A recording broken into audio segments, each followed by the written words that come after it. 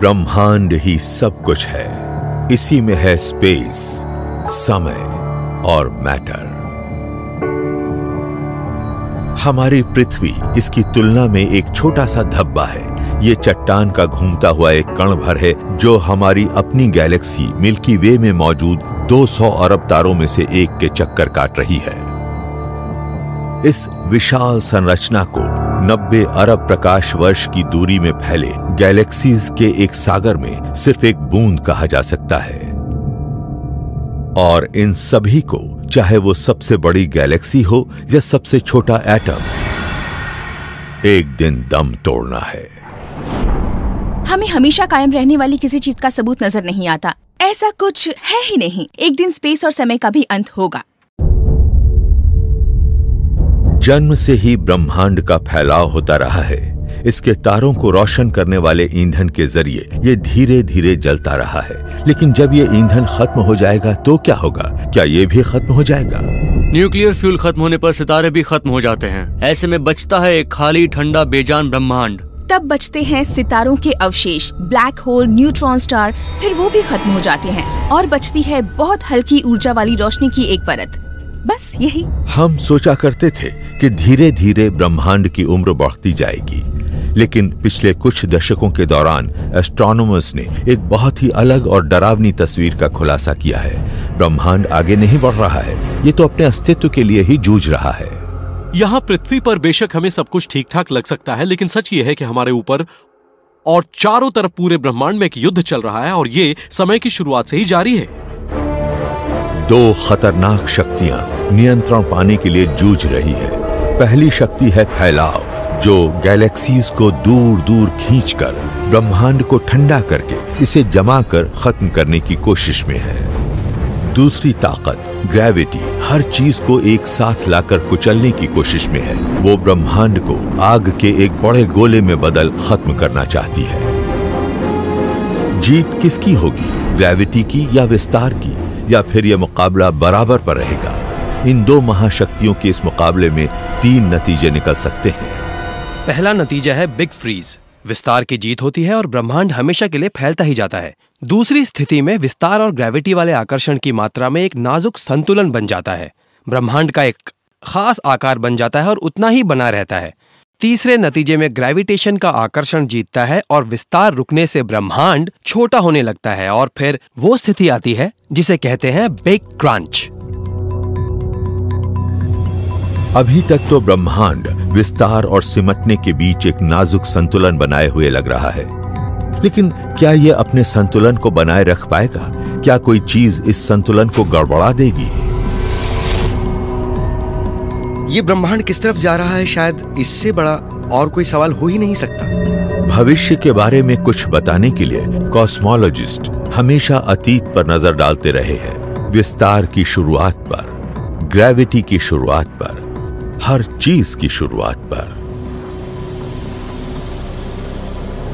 13 अरब 80 करोड़ साल पहले एक बहुत ही सघन और गर्म धब्बे में विस्फोट हुआ और अचानक ये बाहर की तरफ फैलने लगा। ये था बिग बैंग। तमाम ऊर्जा, तमाम स्पेस और सारा मैटर, यानी हम जिस ब्रह्मांड को आज देखते हैं, उसे बनाने वाली सारी चीजें बनी और सक्रिय हो गई।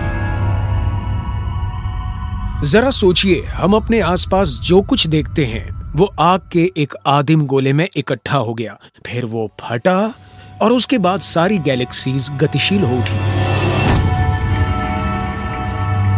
बाहर की ओर फैलता ये धमाका, विस्तार की ये शुरुआत आज भी जारी है। उसके बिना ये ब्रह्मांड इतना बड़ा न बन पाता कि उसमें सितारे और गैलेक्सीज मौजूद रह पाती। फैलाव प्रकृति की एक हैरत अंगेज ताकत है। ये काम करती है स्पेस और समय के ताने बाने को फैलाकर। गैलेक्सीज के बीच स्पेस फैलता है और ये गैलेक्सीज को दूर दूर धकेल देता है। स्पेस के साथ चीजें वैसे ही चलती हैं जैसे किसी लहर पर एक सर्फर। स्पेस के हर हिस्से में यही सब चल रहा है। इस वक्त आपके शरीर के अंदर भी स्पेस के फैलने के लिए एक दबाव मौजूद है। फैलाव ने एक ऐसा विशाल और चलता फिरता मंच बनाया जिस पर आज का ब्रह्मांड गतिमान है। लेकिन अगर ये नियंत्रित न होता तो फिर इस ताकत से महाविनाश हो जाता। अगर ब्रह्मांड का विस्तार कहीं ज्यादा तेजी से होता तो ये इतनी तेजी से खाली होता कि गैलेक्सी, ग्रहों और लोगों के बनने के लिए समय ही न बचता। हमारी मौजूदगी ये जताती है कि किसी चीज ने इसकी रफ्तार पर रोक लगाई होगी, और ये चीज थी हर कहीं मौजूद ग्रेविटी। ग्रेविटी और मैटर हमेशा साथ रहते हैं। कोई चीज जितनी बड़ी होगी ये अपने आसपास की चीजों पर उतना ही दबाव डालेगी। ये एटम को एटम के, पार्टिकल को पार्टिकल के करीब लाती है। ये बनाती है सितारे, नेबुली और गैलेक्सीज, यानी उस ब्रह्मांड को बनाने वाले तत्व जिसे हम आज देखते हैं। लेकिन ग्रेविटी एक दोधारी तलवार होती है। ग्रेविटी ज्यादा होती तो शुरुआती ब्रह्मांड इस स्तर तक पहुंच ही ना पाता। अगर ये ज्यादा धीमे धीमे फैलता तो ये एक और अस्तित्व में ढलने लगता, और एक बार फिर इसके पास गैलेक्सी, ग्रह या लोगों को बनाने लायक समय न बचता। तो हम एक बहुत ही संतुलित ब्रह्मांड में रहते हैं। इस ब्रह्मांड की उम्र बहुत लंबी है, लेकिन ये इतने धीमे धीमे फैलता है कि हमें विकसित होने का समय मिलता है। ग्रेविटी और फैलाव की विरोधी शक्तियों की वजह से ब्रह्मांड 13 अरब 80 करोड़ साल तक कायम रहा है। लेकिन यह संतुलन आखिर कितना स्थिर है? क्या हमारे ब्रह्मांड में बेरोक टोक विस्तार या खुद को खुद ही तबाह होने से बचाने लायक संतुलित सामग्री मौजूद है? 1930 के दशक में वैज्ञानिकों ने जब गणना की तो नतीजों से कोई खास उम्मीद नहीं बंधी। मैटर जितना ज्यादा होगा, ग्रेविटी भी उतनी ही ज्यादा होगी। अगर आपके पास काफी मैटर है और ब्रह्मांड भी बहुत सघन है तो शायद ब्रह्मांड फिर से ढहना शुरू हो जाएगा, या अगर आपके पास मैटर बहुत कम है तो ब्रह्मांड जमकर खत्म हो जाएगा। तो इन दोनों के बीच एकदम सही डेंसिटी क्या है? तो वो सही डेंसिटी है प्रति घन मीटर में करीब 5 हाइड्रोजन एटम। तो आप 1 घन मीटर जगह में सिर्फ और सिर्फ 5 हाइड्रोजन एटम ही रख सकते हैं। यहीं पर संतुलन कायम रहता है। अगर आप 5 एटम ज्यादा रख देंगे तो ये ब्रह्मांड ढहने लगेगा, और अगर 5 से कम एटम होंगे तो ब्रह्मांड यूं ही जारी रहेगा।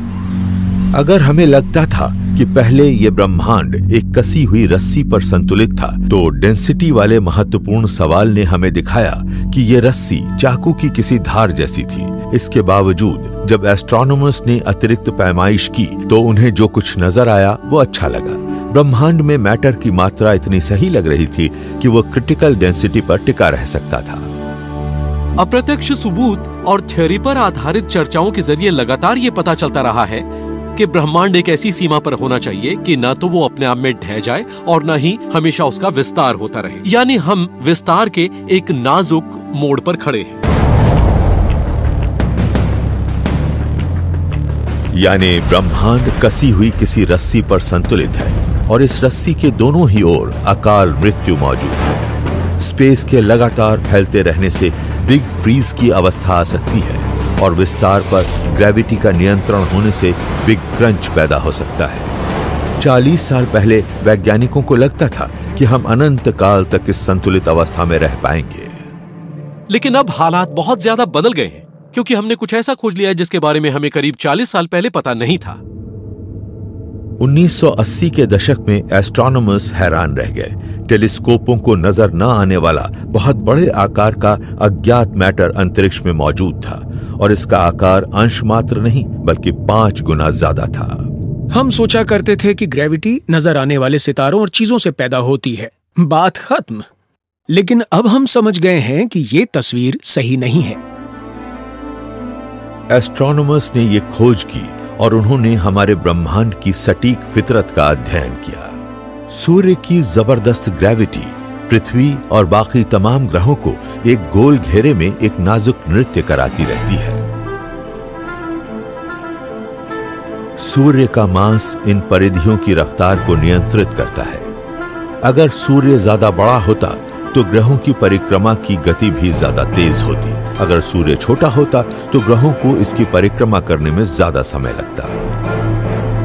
गैलेक्सीज भी बिल्कुल घड़ी की तरह चलती हैं। बीच वाला विशाल मास बाहरी सितारों को गोल ग्रह जैसे ऑर्बिट्स में खींचता है। 1980 के दशक में एस्ट्रोनॉमर्स ने गैलेक्सी की इन कक्षाओं की सटीक पैमाइश की और नतीजों ने सब कुछ बदल कर रख दिया। गैलेक्सीज बहुत तेजी से घूम रही थी, कुछ ज्यादा ही रफ्तार से, यहां तक कि उनके केंद्र में जो विशाल ब्लैक होल थे उनके मास का 9/10वां हिस्सा गायब था। गैलेक्सी को तो टूटकर बिखर जाना चाहिए था और पृथ्वी को अरबों साल पहले इंटरगैलेक्टिक स्पेस में पहुंच जाना चाहिए था। हमारी मिल्की वे गैलेक्सी होनी ही नहीं चाहिए थी, लेकिन हमारा ब्रह्मांड गैलेक्सीज से भरा पड़ा है।